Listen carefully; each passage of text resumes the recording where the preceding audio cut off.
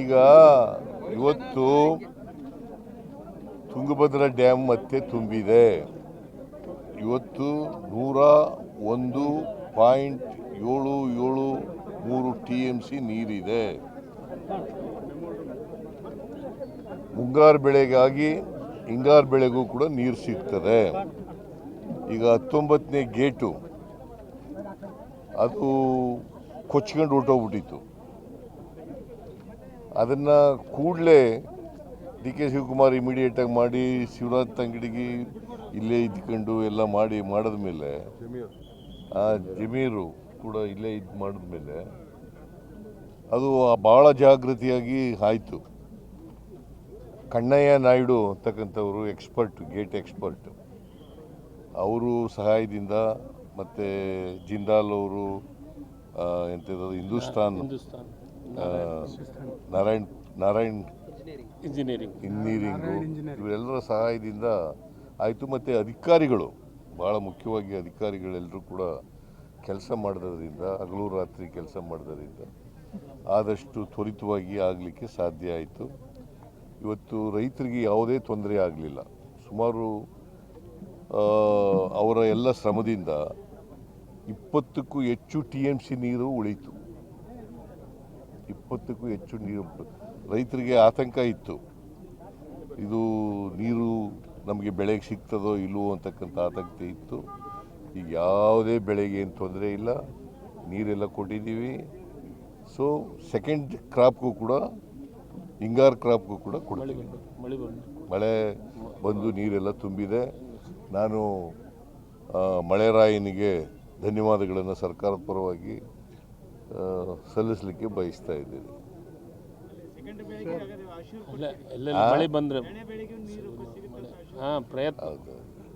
ಎರಡನೇ ಬೆಳೆಗೂ ಕೂಡ ನೀರು ಕೊಡಲಿಕ್ಕೆ ಪ್ರಯತ್ನ ಮಾಡ್ತೀವಿ. ನನ್ನ ಪ್ರಕಾರ ಎರಡನೇ ಬೆಳೆಗೂ ಕೂಡ, ಯಾಕಂದರೆ 101 TMC ಇವತ್ತಿರೋದ್ರಿಂದ ಎರಡನೇ ಬೆಳೆಗೂ ಕೂಡ ನೀರು ಕೊಡಲಿಕ್ಕೆ ಸಾಧ್ಯ ಆಗ್ಬೋದು ಅಂತ ನಾವು ಅಂದ್ಕೊಂಡಿದ್ದೀವಿ. ನೋಡಪ್ಪ, ಇದು 70 ವರ್ಷದ ಡ್ಯಾಮು. 53ರಲ್ಲಿ ಇದು ಕನ್ಸ್ಟ್ರಕ್ಟ್ ಆಯಿತು. 48ರಲ್ಲಿ ಪ್ರಾರಂಭ ಆಗಿ 53ಕ್ಕೆ ಮುಗೀತು. ನೀರು ಕೊಟ್ಟದು 53ನೇ ಇಸ್ವಿನಲ್ಲಿ. 70 ವರ್ಷ, 50 ವರ್ಷ ಯಾವುದೇ ಗೇಟ್ಗಳು 50 ವರ್ಷಕ್ಕೆ ಬದಲಾಯಿಸಬೇಕು ಅಂತಕ್ಕಂಥದ್ದಿದೆ. ಆದರೆ 70 ವರ್ಷ ಆಗಿದೆ, ಮೇಂಟೆನೆನ್ಸು ಮಾಡದ್ರಿಂದ ಚೆನ್ನಾಗಿ ಇದು 70 ವರ್ಷ ಆಯಿತು. ಒಂದು ಗೇಟು, 19ನೇ ಗೇಟು ಬ್ರೇಕಾಗಿ ಅದು ಕೊಚ್ಕೊಂಡು ಹೊರಟೋಗ್ಬಿಟ್ಟಿತ್ತು. ಸೊ ಅದನ್ನು ಈಗ ಒಂದು ಎಕ್ಸ್ಪರ್ಟ್ ಕಮಿಟಿ ಮಾಡಿದ್ದಾರೆ. ಆ ಎಕ್ಸ್ಪರ್ಟ್ ಕಮಿಟಿಯವರು ವರದಿ ಕೊಟ್ಟಿದ್ದಾರೆ. ಆ ವರದಿ ಆಧಾರದ ಮೇಲೆ ಮೇಂಟೆನೆನ್ಸ್ ಮಾಡ್ತಕ್ಕಂಥ ಪ್ರಯತ್ನವನ್ನು ಮಾಡ್ತಾರೆ.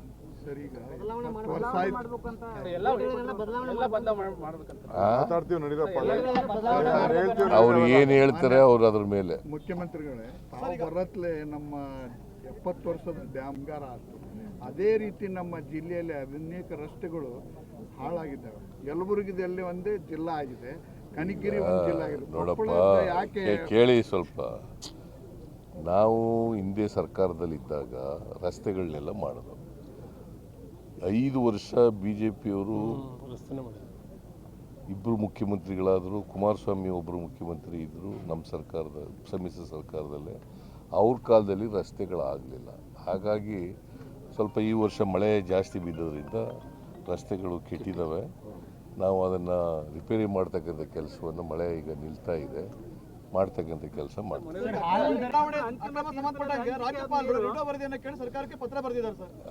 ನಾವು ನೋಡ್ತೀವಿ ಅದನ್ನು ನೋಡ್ತೀವಿ ರೀ. ರಾಜ್ಯಪಾಲರು ಅರ್ಕಾವತಿ ಬಡಾವಣೆ ಬಗ್ಗೆ ಪತ್ರ ಬರೆದಿದ್ರೆ ಅದನ್ನು ಸರ್ಕಾರ it will look into it. ಮಾಹಿತಿ ಸೋರಿಕೆ ಆಗ್ತಾ ಇದೆ, ರಾಜ್ಯಪಾಲರು ಬರೆದಿರೋ ಪತ್ರ ಅಂತ ರಾಜ್ಯಪಾಲರು ಪತ್ರ ಬರೆದಿದ್ದಾರೆ. ನಂಗೆ ಗೊತ್ತಿಲ್ಲಪ್ಪ. ರಾಜ್ಯಪಾಲರ ಕಚೇರಿಯಿಂದಲೇ ಸೋರಿಕೆ ಆಗ್ತಾ ಇರ್ಬೋದು. ಅವ್ರು ಸರಿಯಪ್ಪ, ಅವ್ರದ್ದೇ ತನಿಖೆ ಆಗಲಿ, ಅವ್ರ ಕಚೇರಿಯಲ್ಲಿ ತನಿಖೆ ಸೋರಿಕೆ ಆಗ್ತಾ ಇರ್ಬೋದು. ಪತ್ರಿಕೆಯಲ್ಲಿ ಓದಿದ್ದೀನಿ ನಾನು.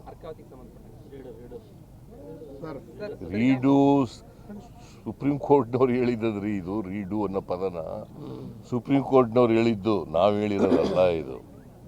ಸುಪ್ರೀಂ ಕೋರ್ಟ್ನವರು ರೀಡು ಮಾಡಿ ಅಂತ BDAನವ್ರಿಗೆ ಹೇಳಿದ್ದು. ಸರ್, ಕಲ್ಯಾಣ ಕರ್ನಾಟಕದಲ್ಲಿ ಕ್ಯಾಬಿನೆಟ್ ಮಾಡಿದ್ರಿ. ಕೊಪ್ಪಳ ಜಿಲ್ಲೆಗೆ ನಗರ ಉತ್ಥಾನದ ನಗರಸಭೆಯಲ್ಲಿ 2 ವರ್ಷ ಆಯಿತು, 8.5 ಕೋಟಿ. ಕಾಂಟ್ರಾಕ್ಟ್ರು 2 ವರ್ಷ ಆಯಿತು. ಅವರು ಪೈಸನ್ ತೋಣ ಲೆಕ್ಕ ಬರುತ್ತೆ ಅಂತ ಹೇಳ್ತಾ ಇದ್ದಾರೆ. ಅವ್ರಿಗೆ ಪೇಮೆಂಟ್ ಆಗ್ತಾ ಇಲ್ಲ. ಲೆಕ್ಕ ಬರ್ತದೆ ಅಂತ ಹೇಳ್ತಾರೆ. ನಾವು ಯಾವ್ಯಾವ್ದು ಪೆಂಡಿಂಗ್ ಒದಗಿಸಿದ್ದಾವೆ, ಮೋಸ್ಟ್ಲಿ ಸುಮಾರು 56 ಸಬ್ಜೆಕ್ಟ್ಗಳು ಚರ್ಚೆ ಮಾಡೋದು ನಾವು ಇದರಲ್ಲಿ. ಕಲಬುರಗಿನಲ್ಲಿ 56, ಅದರಲ್ಲಿ 46 ಸಬ್ಜೆಕ್ಟ್ಗಳು ಇದಕ್ಕೆ ಸೀಮಿತವಾಗಿದ್ದು, ಹೈದರಾಬಾದ್ ಕರ್ನಾಟಕಕ್ಕೆ ಸೀಮಿತ. ಅದರಲ್ಲಿ ಕೆಲವು ಡಿಸಿಷನ್ಗಳೆಲ್ಲ ತಗೊಂಡಿದ್ದೀವಿ, ಅವೆಲ್ಲ ಇಂಪ್ಲಿಮೆಂಟ್ ಮಾಡ್ತೀವಿ, ಇದನ್ನು ಕೂಡ ಮಾಡ್ತೀವಿ. ಹಾಲಿನ ದರ ಕಡಿತ ಮಾಡ್ತಾ ಇದ್ದಾರೆ ಸರ್. ಏನು ಹಾಲಿನ ದರ? ಈ ಕೋಲಾರದಲ್ಲಿ ನೀವು ಹಾಲಿನ ದರವನ್ನ ಹೆಚ್ಚಳ ಮಾಡಿ ರೈತರಿಗೆ ಕೊಡ್ತೀನಿ ಅಂತ ಹೇಳಿದ್ರಿ. ನೋಡಪ್ಪ, ಅಲ್ಲಿ ನಾನು ಹೋದಾಗ ಮಾಗಡಿನಲ್ಲಿ, ಕೋಲಾರದಲ್ಲ, ಮಾಗಡಿನಲ್ಲಿ ಭಾಳ ಜನ ಮಿನಿಸ್ಟ್ರಿಗಳು, MLAಗಳು, ರೈತರು ಮತ್ತು ಮಿಲ್ಕ್ ಯೂನಿಯನ್ನವರು, ಬೆಂಗಳೂರು ಮಿಲ್ಕ್ ಯೂನಿಯನ್ನವರು ಒತ್ತಾಯ ಮಾಡಿದ್ರು. ನಮಗೆ ಬೇರೆ ರಾಜ್ಯಗಳಿಗಿಂತ ಭಾಳ ಕಡಿಮೆ ಇದೆ ಕರ್ನಾಟಕದಲ್ಲಿ ಮಾರಾಟದ ಬೆಲೆ ಮತ್ತು ಕೊಂಡ್ಕೊಳ್ತಕ್ಕಂಥ ಬೆಲೆ. ನಮಗೆ ಹೆಚ್ಚು ಕೊಡಬೇಕು, ರೈತರಿಗೆ ಭಾಳ ಕಷ್ಟ ಆಗಿದೆ. ರೈತರಿಗೆ ಇವತ್ತು ಜಾನುವಾರುಗಳು ಉಪಯೋಗಿಸ್ತಕ್ಕಂಥ ಆಹಾರ ಪದಾರ್ಥಗಳು, ಹಸುಗಳಿರ್ಬೋದು, ಎಮ್ಮೆಗಳಿರ್ಬೋದು, ಉಪಯೋಗಿಸ್ತಕ್ಕಂಥ ಹಿಂಡಿ, ಬೂಸ ಇವೆಲ್ಲ ಜಾಸ್ತಿ ಆಗಿದೆ, ಫೀಡ್ ಎಲ್ಲ ಜಾಸ್ತಿ ಆಗಿದೆ. ಅದಕ್ಕೋಸ್ಕರ ಜಾಸ್ತಿ ಮಾಡಿ ಅಂತ ಕೇಳಿದ್ರು. ನಾವು ಒಂದು ವೇಳೆ ಕ್ಯಾಬಿನೆಟ್ನಲ್ಲಿ ಚರ್ಚೆ ಮಾಡಿ ತೀರ್ಮಾನ ಮಾಡ್ತೀವಿ. ಒಂದು ವೇಳೆ ಜಾಸ್ತಿ ಮಾಡಿದ್ರೆ ಅದನ್ನು ಸಂಪೂರ್ಣವಾಗಿ ರೈತರು ಕೊಡಬೇಕು ಅಂತ ಹೇಳಿ. ಒಬ್ಬರು ಮಾತಾಡಿದ್ರೆ ಹೇಳ್ತೀನಪ್ಪ, ಪದೇ ಪದೇ ಅವ್ರು ಮಾತಾಡ್ತಾರೆ. ಹಾಲಿನ ದರವನ್ನ ರೈತರಿಗೆ ಕೊಡಬೇಕಾಗಿದ್ದು 1 ರೂಪಾಯಿನ ಕಡಿತ ಮಾಡಿದ್ರು. ಅವ್ರು ನಿರ್ಧಾರ ತೆಗೆದುಕೊಂಡ್ರು, ಏನು ಮಂಡಳಿ ಒಕ್ಕೂಟದವರು ನಿರ್ಧಾರ ಮಾಡಿ ರೈತರಿಗೆ ಕೊಡಬೇಕಾಗಿದ್ದ ಉತ್ಪನ್ನ. ನಾನು ಹಿಂದಿನ ಕೇಳಿದ್ದೀನ, ಮುಂದೆ ಕೇಳಿದ್ದೀನಿ. ಅಲ್ಲ, ನಾನು ಹೇಳಿರೋದು ಎಲ್ಲಿಗ್ರಿ? ಸುಮ್ಮನೆ ಏನೋ ಪ್ರಶ್ನೆ ಕೇಳಬೇಡಿ ನೀವು. ನಾನು ಹೇಳಿರೋದು ಮುಂದಕ್ಕೆ ಮಾಡಿದ್ರೆ, ಬೆಲೆ ಜಾಸ್ತಿ ಮಾಡಿದ್ರೆ, ಹಾಲಿನ ದರ ಹೆಚ್ಚು ಮಾಡಿದ್ರೆ ಅದನ್ನು ರೈತರಿಗೆ ಸಂಪೂರ್ಣವಾಗಿ ವರ್ಗಾಯಿಸಬೇಕು ಅಂತ ಹೇಳಿದ್ದೀನಿ.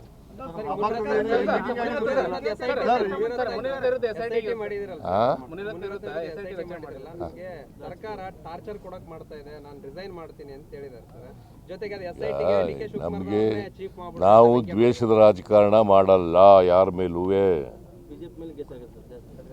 ಈಗ ಅಫೆನ್ಸ್ ಮಾಡುವಂತ ನಾವು ಹೇಳಿದೀವ ಯಾರಿಗಾರು? ಎಲ್ಲ ಶಾಸಕರುಗಳು ನನ್ನನ್ನು ಭೇಟಿ ಮಾಡಿ SIT ಮಾಡಿ ಅಂತ ಹೇಳಿದರು. ಯಾಕಂತಂದರೆ ಒಂದು ಅಫೆನ್ಸ್, ಒಂದು FIR ಅಲ್ಲ ಅವ್ರ ಮೇಲೆ ಆಗಿರೋದು, ಮುನಿರತ್ನ ಅವ್ರ ಮೇಲೆ. ಒಂದು ಎಕ್ಸ್ಟಾರ್ಷನ್ಗಾಗಿದೆ, 2ನೇದು PCR ಆ್ಯಕ್ಟ್ನಲ್ಲಾಗಿದೆ, 3ನೇದು ರೇಪ್ ಕೇಸ್ಗಾಗಿದೆ. ಏನು ಮಾಡ್ಬೇಕು ಹೇಳಿ ನೋಡೋಣ, ನೀವೇ ಹೇಳ್ರಿ. ಅಲ್ಲ, ಅದನ್ನೇ ಪುನಃ ನೀನು ಹೇಳಪ್ಪ. ಟಾರ್ಗೆಟ್ ಮಾಡ್ತಾ ಇದ್ದೀವ ಈಗ. ಅಫೆನ್ಸ್ ಮಾಡುವಂತ ಹೇಳಿ FIR ಆಗಬೇಕಾದ್ರೆ ಏನು ಮಾಡಬೇಕು? ತಪ್ಪಿಸ್ತರಲ್ವ, ತಪ್ಪು ಮಾಡಿದ್ರಲ್ವ FIR ಆಗೋದು. ಅವ್ರು ಟಾರ್ಚರ್ ಮಾಡಿ ಕಂಪ್ಲೇಂಟ್ ತಗೊಳ್ತಾ ಯಾರು? ನನ್ನ ಆಪ್ತ ಬಳಗ ಏನಿತ್ತಲ್ಲ, ಅವ್ರಿಗೆ ಟಾರ್ಚರ್ ಮಾಡಿ. ನಾವು ಸುಳ್ಳು ಯಾರಿಗೂ ಕೂಡ ನಾವು ಆ ಥರ ಮಾಡಲ್ಲ, ದ್ವೇಷದ ರಾಜಕಾರಣ ಮಾಡಲ್ಲ. Thank you. ಏನಾದ್ರು ಹೆಚ್ಚಿನ ವಿಡಿಯೋಗಳಿಗೆ ಪ್ರತಿಧ್ವನಿ ಯೂಟ್ಯೂಬ್ ಚಾನೆಲ್ ಸಬ್ಸ್ಕ್ರೈಬ್ ಮಾಡಿ, ಬೆಲ್ ಐಕಾನ್ ಕ್ಲಿಕ್ ಮಾಡಿ.